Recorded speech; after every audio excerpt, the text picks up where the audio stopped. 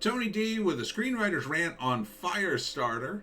Little Jones asleep on the couch, so let's take a look. Smash like and subscribe, or upvote my video. Somebody asked me to say something different. Um, if you want to support the channel, you can check out a book. The links are in the description. All available at Amazon.com, and Kindle Unlimited is free. So you got, what's his face? Zac Efron in a Blumhouse production of Firestarter, a remake. The original was with Drew Barrymore. And it's about a little girl who can start fires with her mind. So, you can pretty much write this thing now. I mean, this has been a Marvel Comics standard for a long time. I thought that the moment I saw it, except it's like a more realistic kind of horror version from Stephen King. It's about what if you had a kid who could start fires with her mind. Could you control her, or would she turn into a real monster? And everybody wants to control her, and then they want to kill her, and so it's about her father trying to protect her, and it comes out in May. I mean, it's yet another going back to is it going to be okay? Yeah, with the effects they have now, it'll probably be better than it was in the 80s when they originally made this movie. Comes out May 13th. Screenplay by Scott Teems, directed by Keith Thomas. Looks all right. I mean, the guys who produced The Invisible Man did it, and their version of The Invisible Man had a solid premise. I didn't see it, but it's pretty solid. And so, everybody's going to try to kill her, but she keeps lighting people on fire, and she's got to learn how to control her actions. And can she, is the big question. I forget what happens at the end. I didn't read the book. If I had to guess, and I didn't see the original movie either. I've been reading comic books for a long time. This is not really a new story. It's just a version of the same kind of story drilled down in super, super detail. I wouldn't call it a masterpiece from Stephen King. So, and Red Foreman from That 70s Show is in it, so that'll be fun. So first act, she has this power. Her dad's always told her to keep it a secret, but she's getting older. She's going through puberty. She can't control it. It's all emotion based. That all makes sense, right? She starts to use it more and more. People see her use it.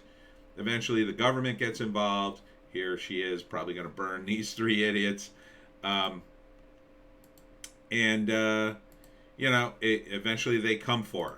And then it's all about Zac Efron trying to keep her safe while she learns to use her powers. You got this guy who's going to kill her, but she lights him on fire. And it's about whether or not she'll turn into a monster or turn into a good person.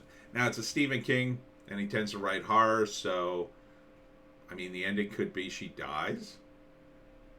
I don't know what the ending was. But I think the second act would be her running in the woods and staying safe, and Zac Efron trying to help her, torturing the dad, and eventually she goes on a rescue mission to save him, and in the end probably dies, would be my guess. That would be the way to end it. She sacrifices herself to save her dad, or in the end she somehow escapes and they think she's dead. She goes nuclear, kills everybody in the facility. Like, they kill her dad and she goes nuclear and kills everybody in the facility, and they just assume she's dead, and she hides. She hides super well and realizes she can never tell anybody and must control it. So she goes away for a long time, but she's still around, and she's slowly executing all the people who were involved, kind of thing. That would be the sort of happy but dark ending. The really dark ending is, of course, she just becomes a total psychopath, and they're forced to kill her, or her powers go so haywire she ends up killing herself. Will it get that dark in a Stephen King? It could. I don't think Stephen King was that dark. It's a little girl. So you're not going to kill off a little girl. I think she probably survives at the end, would be my guess. She survives to go after the men who, went after her dad, kind of thing. And she, maybe they hide or whatever. Here she is lighting these guys on fire. It's a lot easier to do this effect now. Like that's a easy CGI effect now. And here they are capturing her using these tinfoil suits or whatever these suits are, the insulated suits, which I guess work. I don't know. I don't know if they'll work against super Phoenix here, little Phoenix Jr. But it's called Firestarter. I'm not super excited to see this. I'm just not. It's I don't know. Yeah, people would be freaked out. Yeah, maybe the government would want to harness their powers for their own machinations, but it also might be true that you could just not light people on fire, that nobody would believe it. I'd like to think the government is so incompetent they probably wouldn't even care. They'd be like, a little girl can start fires? Oh, that's weird. Anyhow, we got to get reelected this year. Like it would be like that. Like, what would the government do with her? I mean, I guess at best you could turn her into a super spy if you could keep it a secret, but I don't think you could keep it a secret. I think it would become national news. And, I think they maybe some organization might seek to kidnap her and study her biology in order to replicate it some way, but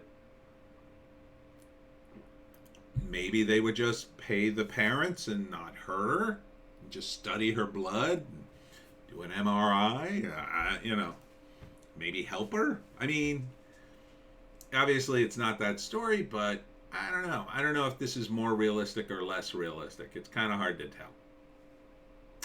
So, is it a horror movie? Kinda. I mean, it was kind of billed as a horror movie at the time. It seems like more on the edge of, what was that movie where the three guys find an alien ship and they get superpowers and then they end up killing each other? The three dudes, one guy kills one guy and then the last two guys fight to the death, kind of thing. I forget what that was called. Chronicle. I think it was called Chronicle, right? Yeah, it's kind of like that. I guess this is I think you'd call it a subgenre of superheroes, really, when you get right down to it. A dark superhero. Like a negative superhero story. So, I don't know. This feels more like a Twilight Zone episode to me. Like, it would be a really good 1 hour Twilight Zone episode, or even half hour. Not a great movie. It'd be an okay movie.